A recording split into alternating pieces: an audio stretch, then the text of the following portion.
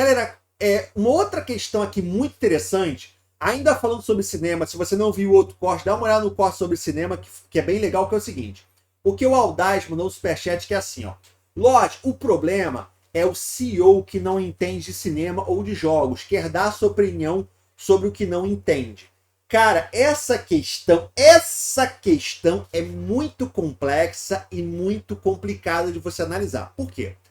Se eu fosse querer dar uma resposta aqui pra galera, eu ia falar assim, é isso mesmo! Os executivos não entendem porra nenhuma e ficam decidindo que filme vai sair, que jogo vai sair. Abaixe, ou se eu quisesse assim, ir pra galera, eu falava isso. Só que não é assim também que funciona. Por quê? Na verdade, até uma história do meu trabalho.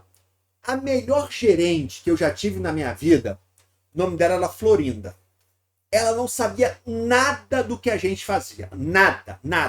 Ela não entendia nada do que os subordinados dela faziam. Mas foi a melhor gente que eu já tive na minha vida. Por quê? Porque o gerente, ele não precisa ser um especialista daquela área. Ele precisa gerenciar a equipe.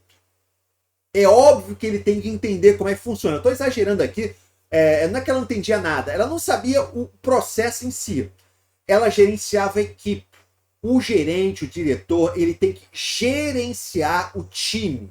Gerenciar as pessoas. Mas não gerenciar o microprocesso. Ele não tem que saber quais são os botões que eu aperto todo dia. Ele não tem que querer saber se eu apertei o botão A quando tinha apertar o botão B. Essa não é a função dele. A função dele é coordenar a equipe. Então, teoricamente, até um outro exemplo para vocês. O cara que salvou a IBM mundial da falência foi um CEO que não entendia nada de informática. Essa é uma história também meio antiga aqui, para a maioria de vocês não vai saber, né? A IBM foi uma das maiores empresas do mundo até mais ou menos a década de 80, mais ou menos. Estamos falando assim, as 5 top empresas do mundo, beleza? Eu acho que foi na década de 80 ou 90, eu posso estar trocando aqui, mas acho que foi 80. Chegou na década de 80, a IBM, ela demorou a entrar no mercado de computadores pessoais. Ela demorou e ela perdeu muito mercado para outras empresas. Concorde, a própria Apple, o Macintosh. Ela perdeu muito mercado para essas outras empresas, né?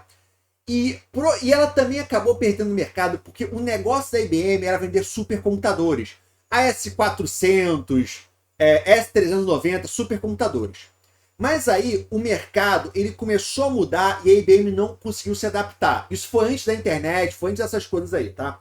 Ela não conseguiu se adaptar. E aí o que os diretores perceberam? Cara, olha só, nós não vamos continuar líder se nós não mudarmos. Nós precisamos de uma nova visão, tá? E eles decidiram contratar o presidente da PepsiCo. A PepsiCo é a empresa dona da Elma Chips, de comida. Acho que a PepsiCo é só de... Eu não sei se é só de comida, porque a PepsiCo é uma porra gigantesca mundialmente. Mas eles contrataram o presidente da PepsiCo, que não tem nada a ver com informática. E o que o cara fez? O cara revolucionou a IBM. Como? Ele percebeu o seguinte, olha, o que construiu a empresa foi o hardware, o computador. Mas o futuro não é o hardware, o futuro é serviço. Então o que a gente vai fazer? A gente não vai deixar de ser uma empresa de hardware, mas nós vamos começar a migrar e vamos começar a investir nos serviços, porque o futuro são os serviços. Passou 10 anos, isso é, a IBM era uma empresa que 95% do receita vinha do hardware. Hardware é o computador. Você tem o hardware, que é o computador, você tem o software, que é o programa, e você tem os serviços, que são... O que é o serviço? O serviço é você vender o processamento. Em vez de você vender o computador para a empresa, você vende o seu computador que você vai processar para a empresa. O serviço é você vender a nuvem, tá? Isso, um cara na década de 80, na IBM, percebeu que isso era o futuro. Passaram 10, 15 anos. Hoje, a IBM, ela é 80% serviço e 20% hardware. Eu não acho que é 70-30, eu acho. Era uma empresa que dominava o mercado de hardware, que continua dominando o mercado de hardware, mas por um presidente que veio de um outro mercado completamente diferente, ele conseguiu ver de fora para onde seguir. Eu falei isso tudo porque você não precisa de alguém que entenda de jogos para você comandar uma empresa de jogos. Você não precisa de alguém que entenda de filmes para comandar uma empresa de filmes. O que você faz? Você gerencia a empresa e coloca a pessoa certa no lugar certo. Isso é, você, para comandar a divisão de filmes, você coloca uma pessoa de filmes. Para comandar a divisão de TV, você coloca uma pessoa que entende TV. Mas você não precisa. Você coloca a pessoa certa e deixa a pessoa cuidar daquele setor. Os melhores gerentes que eu já tive na minha vida, os melhores CEOs que você tem numa empresa são aquelas pessoas. Não é quem toma as decisões certas. Também. Mas é principalmente, para mim, é quem coloca as pessoas certas nos lugares certos. O CEO, ele não tem que aprovar todo o jogo que a empresa vai fazer. Ele tem que colocar uma pessoa certa para aprovar os jogos certos, enquanto ele cuida de outras coisas, sacou? Ele não tem que saber quais os jogos que estão sendo feitos. Tem que saber, mas ele não tem que ficar, como é que tem esse jogo? Deixa eu testar aí, ficou muito legal. Não. Ele tem que colocar a pessoa certa para saber qual jogo tem que investir e qual que não tem que investir. O grande problema que eu vejo na empresa de jogos e na empresa a empresa de jogos, empresa de cinemas, porque a gente está falando muito de cinema aqui também, exatamente o contrário. Quando o cara, ele pode ser até dos jogos, ele pode ser até de cinema, mas ele quer se meter numa área que ele não deveria. É o CEO dizendo qual jogo lançar, qual jogo não lançar. Por quê? Aí que vem um problema que às vezes a gente não entende. Muitas vezes, o que acontece? O cara vem daquele mercado, o cara é dos jogos, e como ele veio dos jogos, como ele trabalhou com jogos, ele cresceu, ele acha que sabe tudo.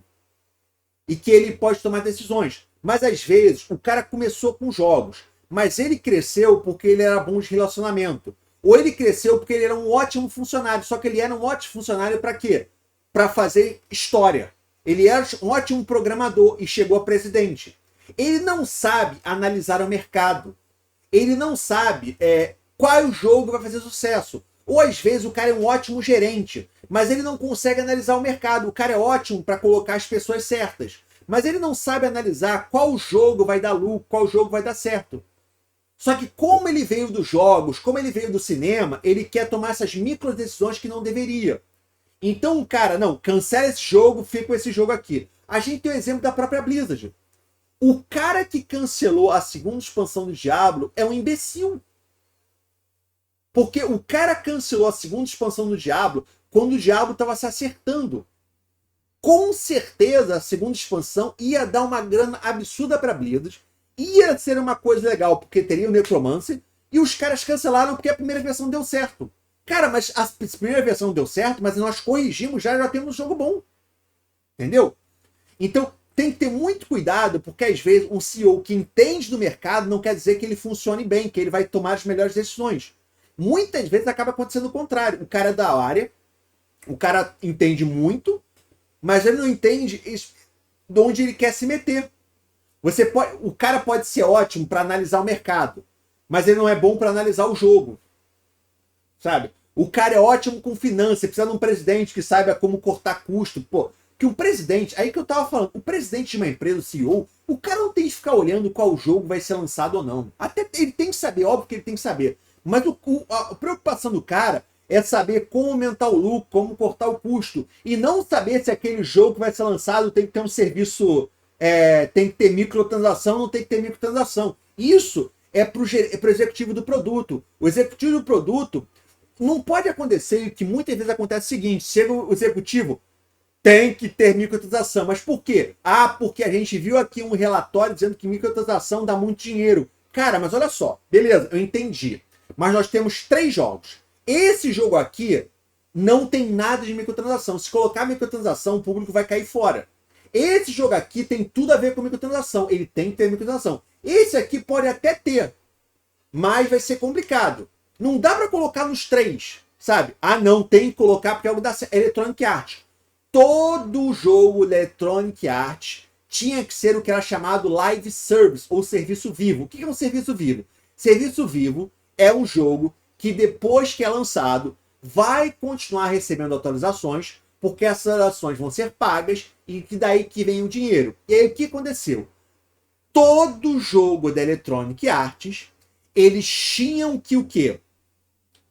Mudar o jogo para funcionar como serviço vivo, mesmo que o jogo não fosse pensado como serviço vivo, porque os executivos acharam que tinha que ter serviço vivo. E aí o Dragon Age teve que virar um live service, o Anthem teve que virar um live service. Cara, talvez o Anthem fosse um ótimo single player, mas como teve que virar um live service, ele nunca funcionou, sacou? Não dá para saber. Mas eu acho que o sistema do Anthem funcionaria bem legal se fosse um jogo single player. Comprou, acabou, mas não. Ah, vimos aqui que se você colocar um live service, aumenta a lucratividade. Só que tem jogo que funciona, tem jogo que não funciona. É óbvio. Não adianta você pegar o melhor zagueiro do mundo e colocar para ser centroavante.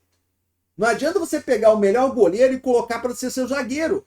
E é basicamente isso que as empresas fizeram. Pega aí qualquer coisa, bota tudo. Ouvi dizer que mobile é o que dá dinheiro, então vamos fazer só mobile agora. Então, só complementando.